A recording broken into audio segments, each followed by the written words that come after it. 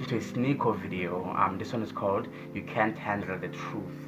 I think this guy is one of those Andrew Tate type personalities. I'm one of those guys who just don't care what everybody thinks about them. And one thing that I've noticed lately, ever since Andrew Tate has popped up, and maybe Kevin Samuels too, is that I admire people who just don't care what the public thinks about them, and not in a way that they're doing bad things, illegal things, or hurting other people, but they say whatever they think is necessary, even though they know that they're gonna get backlash for those things. So if this video is about those type of things, I might like the video. So if you enjoyed the video, please say so in the comment section below, so you can find more Sneeko videos or Andrew Tate videos and do more reactions for you guys.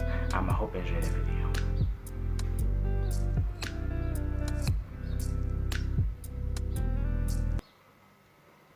On the seafront of Naples overlooking the polluted sunset fog, a short Argentinian man sitting cross-legged asked me for my lighter. Good God Almighty. Like back in the Before old booking the days. flight 3 days prior, I knew nothing about Napoli besides Diego Maradona, an Argentine football legend who Napolitani claim as their own. It's a working-class city, dense and sweaty, with a lot of hand gestures and attitude. You can tell without going to the rest of Italy that the other cities like Milan and Turin call it filthy, while the people of Naples will claim it's the best. As I was handing over the lighter to this cross-legged Lionel Messi looking guy, I asked him, "How did you know to speak to me in English?" And he looked me up and down, shrugged, and offered me a cigarette from his pack. I hesitated, but then thought, no one knows who I am in Italy, and as I was taking a drag, this Turkish-looking girl walking by looked at me and went, She handed her mother her phone and we took a picture. She was about the same height as me and pretty enough that I flicked the Argentinian cigarette in the water before her mother figured out the camera was in selfie mode. As the Turkish girls walked away, he reached into his pack and told me not to waste another one. He was probably twice my age, but seeing this interaction removed any superiority complex. He told me he was an architect. He liked contemporary 70s design and hated the modern, minimalist, corporate rectangles as much as I did. From him, I learned the connection between Naples and Argentina and the beauty of Italian architecture.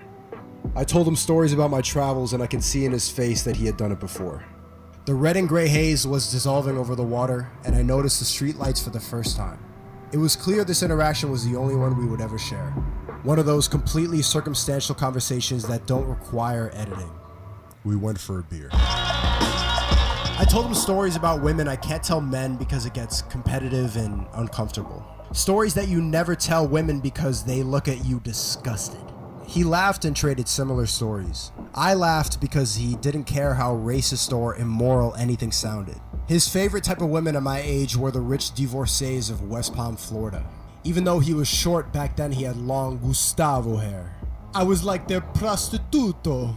Bored Florida women with alimony money. I took a mental note when he said divorcees will recommend you to their friends if you play your role properly. When he heard how much I had spent on women during this trip, his respect turned to pity.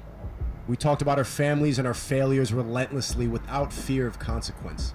The most truthful conversation I've ever had was with a complete stranger. I forgot his name and he never asked for mine. There's a freedom in separating emotion from interaction, and speaking with no other motive than just genuine curiosity. He recognized the level of anger in me that must have been familiar. Even though you might be right, your frustration will only summon more of it, he told me. You have to accept people for who they are. Change happens internally. Nobody wants to learn by force. People can't handle the truth. Amalfi looks and breathes how I assumed it did 100 years ago. It doesn't want to change and it doesn't need it either. If you show up at a restaurant with the wrong attitude, they'll tell you you need a reservation even when you obviously don't. One look at the way a waiter moves and his 20 years of experience shows. He walks back inside the restaurant and you see that he will happily be doing this another 20 years.